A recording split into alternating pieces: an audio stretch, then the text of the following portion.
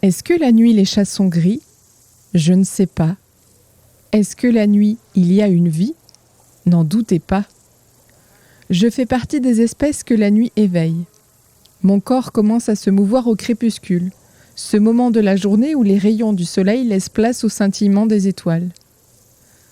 Me nourrissant principalement d'insectes, je pars en chasse de petites bêtes à 6 pattes pour me régaler. Je réussis à trouver mes proies en partie grâce à un système très sophistiqué appelé écholocation. Une fois repu, je cherche un coin sombre à l'abri des regards pour entamer ma digestion en compagnie de ma tribu. La tête en bas.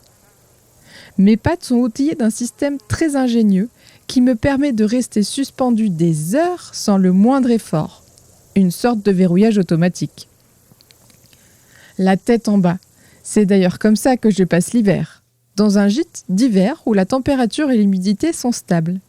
Généralement dans un souterrain, je me mets en dormance et à partir de là, je reste complètement immobile. De toute façon, il n'y a plus d'insectes à dévorer, alors plus aucune raison de sortir de ma cachette. Je rentre donc en hibernation.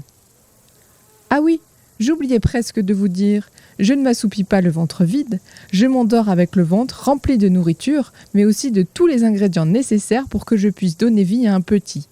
Car avant de partir en dormance prolongée, je prends le temps de m'accoupler avec un partenaire, de la même espèce que moi parmi les 29 espèces qui vivent en Auvergne. Pour l'instant, ces ingrédients restent au frais dans mon ventre et séparés les uns des autres. En effet, il ne serait pas judicieux que je donne naissance à mon petit au début de l'hiver. Il est donc préférable que je laisse passer le froid. Lorsque je sors de ma léthargie, les températures extérieures sont plus clémentes, les insectes se réveillent et mon appétit aussi. C'est le printemps.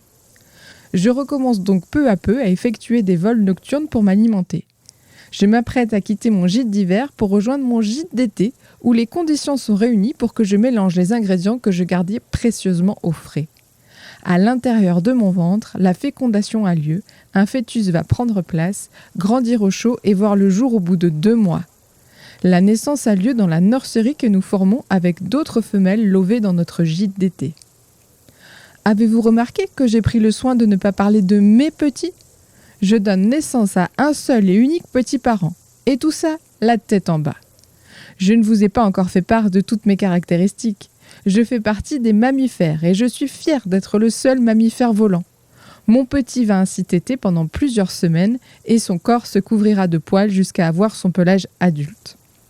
Nous sommes donc loin d'être chauves et nous ne ressemblons pas tellement à des souris. Nommés chauves-souris, nous alimentons souvent contes, légendes et idées reçues, pas forcément à notre avantage. Nous sommes pour la plupart des espèces menacées car les gîtes et le couvert deviennent rares. Et j'espère bien que ce Roquentin nous aidera à sortir de ce pétrin.